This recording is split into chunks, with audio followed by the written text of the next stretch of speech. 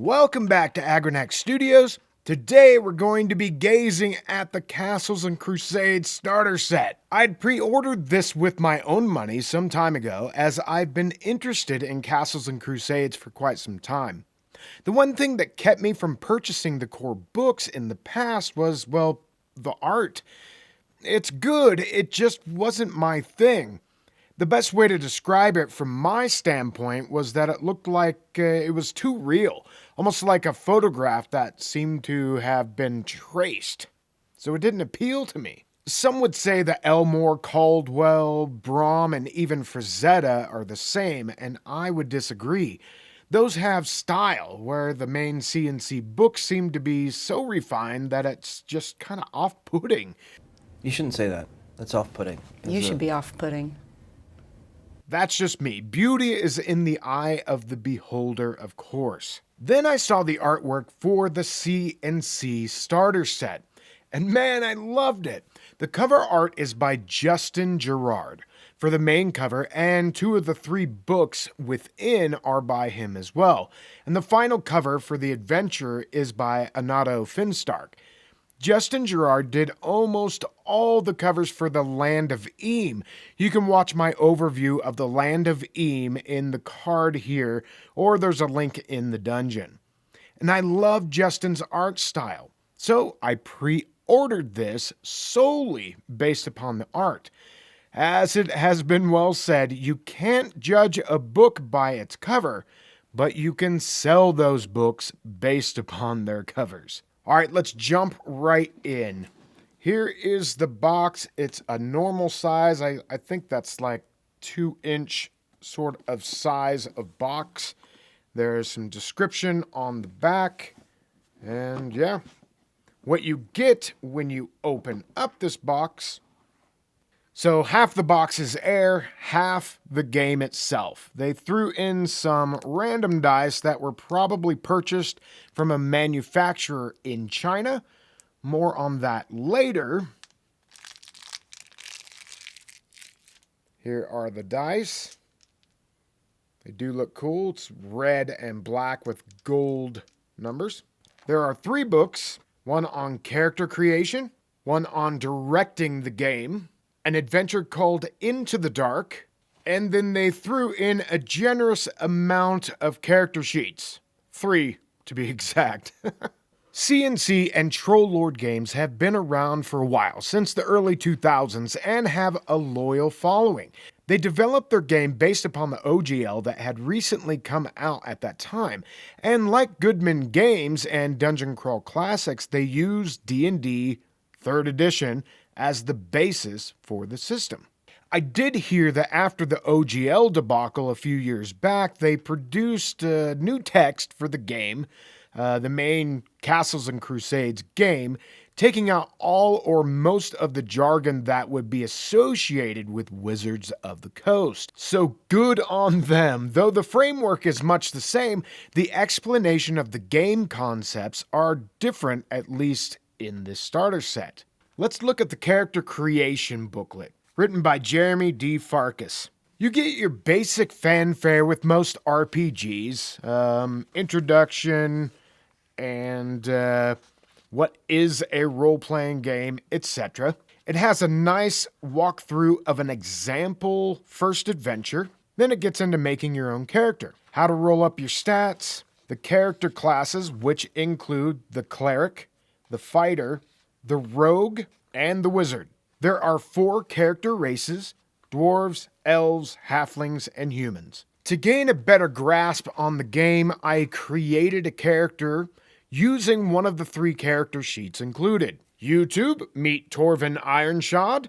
Torvin, this is YouTube. You can see that this is a stripped-down version of D&D 3rd edition. They have you roll 3d6 and assign the scores to the abilities that you want. The 6 abilities you know and love: strength, dexterity, constitution, intelligence, wisdom, and charisma. I arranged them as follows. Using 3d6, I did end up with a 3 in intelligence, so that kind of sucks, but I do have a 17 strength. I arranged them as followed and then added bonuses as described in the book. Now, it wasn't clear how many hit points I had at first level. I rolled my hit die for my fighter, which is a D10, and got a 2. And there was no bonus from my constitution. However, buried in the booklet, in an example of play, it said that the fighter has 10 HP at first level. So that led me to believe you get max at first level, and then you roll as you level up. Something I have as standard house rule in my D&D games, though not very clear in the book. I rolled up my money, which is 3d8 times 10 for a fighter, and got 200 gold pieces to buy my equipment. As a fighter, I start at level 1 with a weapon specialization, and I chose Bastard Sword because, as you know, Bastard Swords are the best named sword like ever, which gives me a +1 for attack and for damage. Go Torvin. Now they have a nice calculator on the sheet for your weapons, your BTH or bonus to hit, which is what they converted the older Thaco system. So everything is in the positive, roll high for everything. And then the damage section was a little confusing on the sheet because damage is a D10 for a Bastard Sword, and I have a cumulative +3 for my bonuses, my modifiers.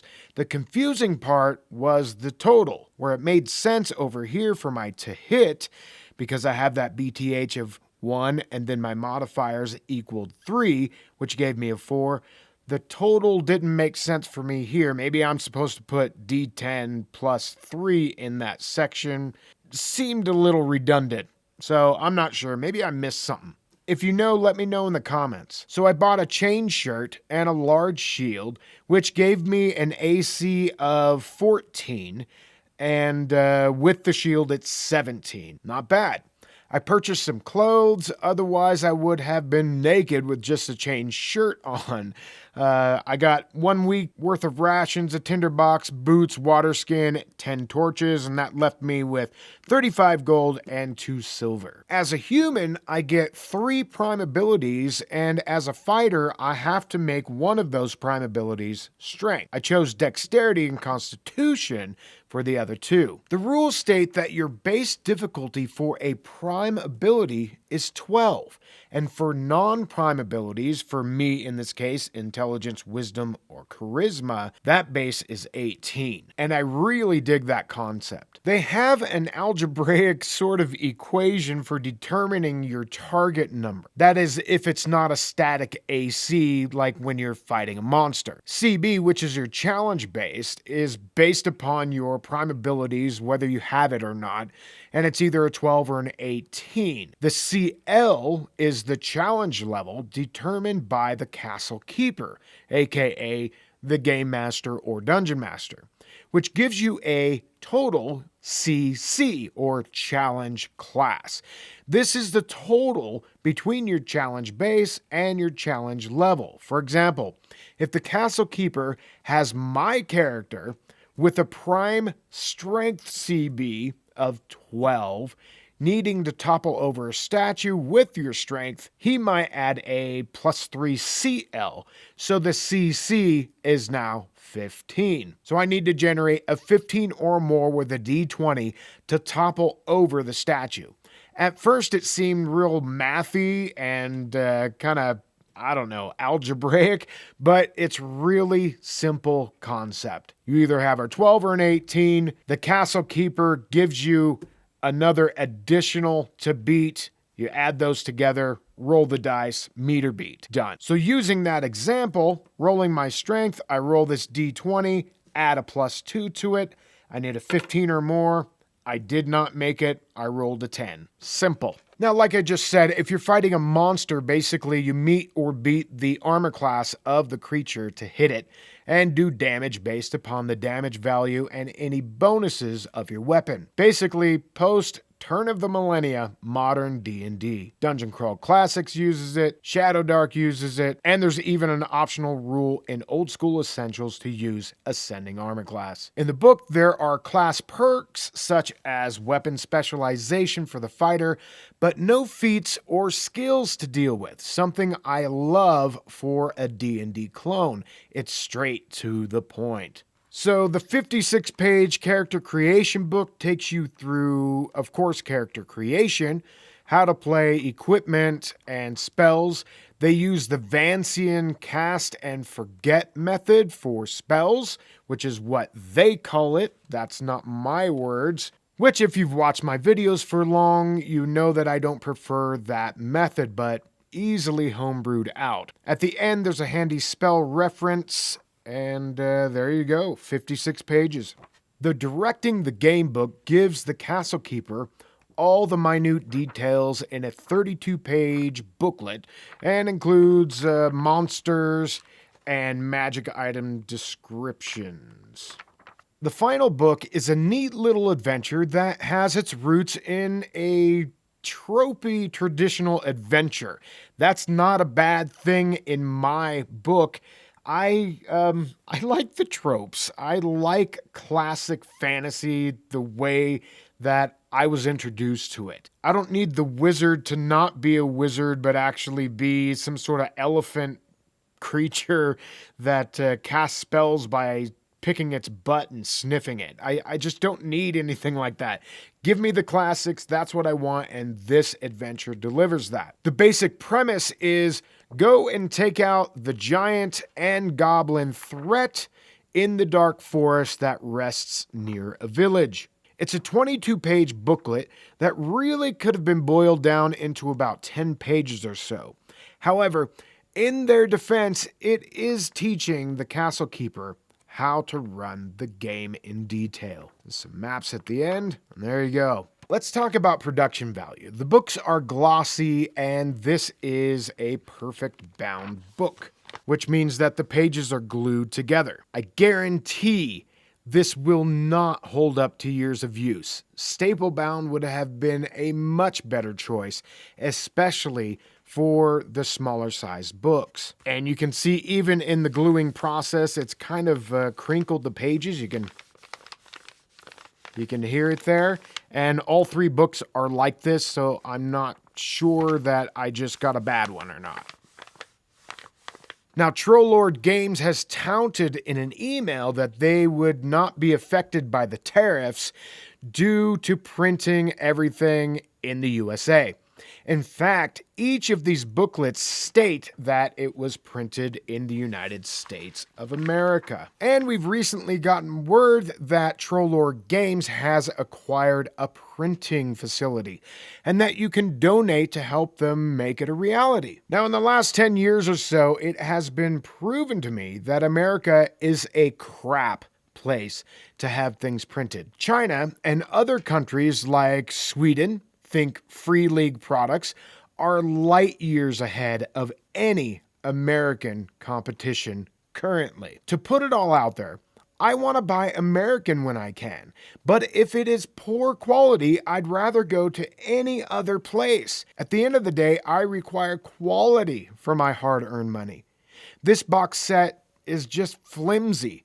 The paper is crinkled, and I had this box on my shelf once, and it was a bit of a tight fit, mostly because I have so many books, and you can see right here that some of the print has already rubbed off. Something I have not seen in any other quality printed book or box set. I really hope that Trollord Games and their new print facility will raise the standard of American printing, though I'm not hopeful because, well, they did put their stamp of approval on this starter set. Then there are the dice. I cannot guarantee that these were made in China, but I'm pretty sure I have the same set, and I got it on bargain through Amazon, where you can get like 10 cents for 10 or 15 bucks, and those even come with a cheesy dice pouch. I'm not 100% certain, but that is suspicious for a company that touts American made. I'm just speculating here, but I know that the RPG publishing business is not going to make you rich anytime soon, so they're cutting corners where they can. I also think we're all in this together, so maybe I shouldn't be so harsh. It is an observation, and I hope they do better in the future. Overall, I really like the game design. It is pretty streamlined, but not as much as Shadow Dark or Old School Essentials. Those two games are a masterclass in design. With CNC, some of the things I searched for when creating my character were hard to find. Like on the character sheet, it has a spot for a helm, yet no helm shows up in the equipment list. Of course, full plate includes a helm, but would a helm add to my AC?